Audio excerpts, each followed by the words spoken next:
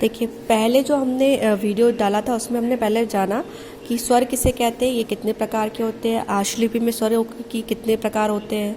अब हम जो आशुलिपि में जैसे नॉर्मल हिंदी में हम लगाते हैं तो क्या करते हैं, मात्राएं लगा देते हैं।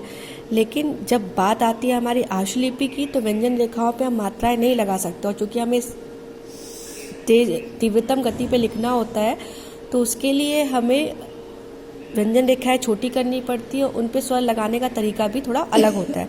तो आज हम ये जानेंगे कि हम आशुलिपि व्यंजन रेखाओं पर स्वर कैसे लगाते हैं। तो व्यंजन रेखा पर स्वर लगाने के लिए क्या किया गया है, पहले तो स्थान निर्धारित कर दिया गया कि अगर प्रथम स्थान पे लगेगा तो कुछ वो किसकी ध्वनि देगा, द्वितीय स्थान पे अगर लगेगा तो वो किसकी ध्वनि देगा, तृतीय स्थान पे लगेगा तो वो किसकी ध्वनि देगा। तो ऊपर जो अभी चार्ट दे रहे हैं उसमें दो, पहले हमने आपको जो स्वर पढ़ाया था उसमें कहा था कि बिंदु स्वर होते हैं और डैश स्वर होते हैं, ठीक है। और गहरे बिंदु और गहरे डैश से क्या होता है, हमारे दीर्घ स्वर प्रदर्शित होते हैं। हल्के बिंदु और हल्के डैश से क्या होता है, हमारे लघु स्वर प्रदर्शित होते हैं। अब ये तो हमें पता चल गया कि बिंदु स्वर और डैश स्वर लगाएंगे, लेकिन अब कहाँ पे लगाएंगे।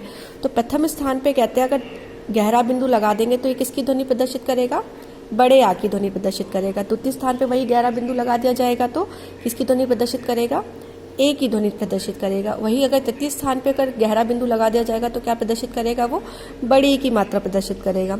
इसी प्रकार डैश स्वरों में होता है, अगर हम गहरा डैश प्रथम स्थान पे लगा देंगे तो क्या करेंगे, इसको क्या पढ़ेंगे, ओ पढ़ेंगे। दूसरे स्थान पे लगा देंगे अगर उसको तो हम क्या पढ़ेंगे, ओ पढ़ेंगे। तीसरे स्थान पे वही डैश गहरा हम लगा देंगे तो क्या पढ़ेंगे, बड़े ऊ की मात्रा पढ़ेंगे। उसके बाद आ जाते हैं हम लघु स्वरों में। अगर हल्के बिंदु को हम पहले स्थान पे लगाएंगे तो किसकी ध्वनि प्रदर्शित होती है, आई की, ठीक है। दूसरे स्थान पे इसमें क्या है, पहले जो होते थे हमारे जो आशुलिपि में स्वर लगाए जाते थे वो मैक्सिमम 10 काउंट होते थे। अब क्या है, ये जो इंग्लिश वाला ए और ये ओ है ये दोनों बढ़ा दिए गए, इसलिए हमारे जो आशुलिपि में स्वरों की संख्या हो गई है वो 12 हो गई है, ठीक है।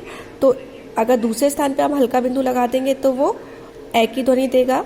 तीसरे स्थान पे हल्का बिंदु लगा देंगे तो छोटी की मात्रा या उसकी ध्वनि प्रदर्शित होगी। फिर इसी तरह डैश में आएंगे, जब हल्का डैश हम प्रथम स्थान पे लगा देंगे तो इंग्लिश वाला जो ऑ बनता है, ऑग हो गया, और हो गया, तो उसको प्रदर्शित करता है। दूसरे स्थान पे लगता है तो वो छोटे आ की ध्वनि प्रदर्शित करता है।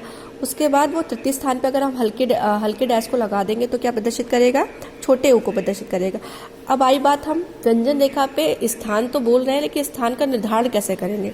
तो अब व्यंजन रेखा पे स्वरों के स्थान का निर्धारण हम किस प्रकार करते हैं ये आगे पढ़ेंगे, ठीक है।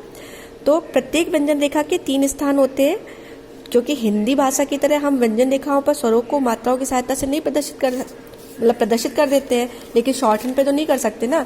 इसलिए स्वरों को लगाने के लिए व्यंजन रेखाओं पर क्या किया गया है, स्थान का निर्धारण किया गया है। अब स्थान निर्धारण के लिए क्या करना है, पहले स्थान निर्धारण के लिए जहां से हम व्यंजन रेखा बनाना शुरू करते हैं वह स्थान क्या कहलाता है, हमारा प्रथम स्थान कहलाता है।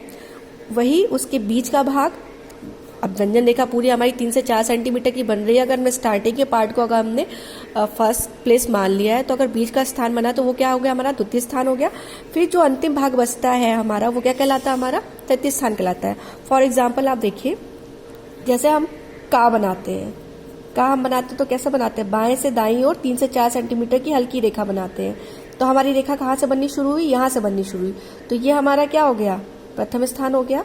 बीच का स्थान हमारा क्या हो गया, द्वितीय स्थान हो गया। अंतिम क्या हो गया, ये तृतीय स्थान हो गया। अर्थात जहां से हम व्यंजन रेखा बनाना शुरू करते हैं वो हमारा क्या होता है, प्रथम स्थान होता है। तो अब चाहे वो हम चा बना रहे हो, चा हमारा कैसे बनता है, ऊपर से नीचे यानी अधोमुखी 60 अंश पे हल्की रेखा हमारी क्या बनती है, चा बनता है। तो इसका स्थान निर्धारण जहां से बनना शुरू हो क्या हो गया, तुम्हारा पहला स्थान हो गया। बीच का स्थान क्या हो गया, दूसरा स्थान हो गया।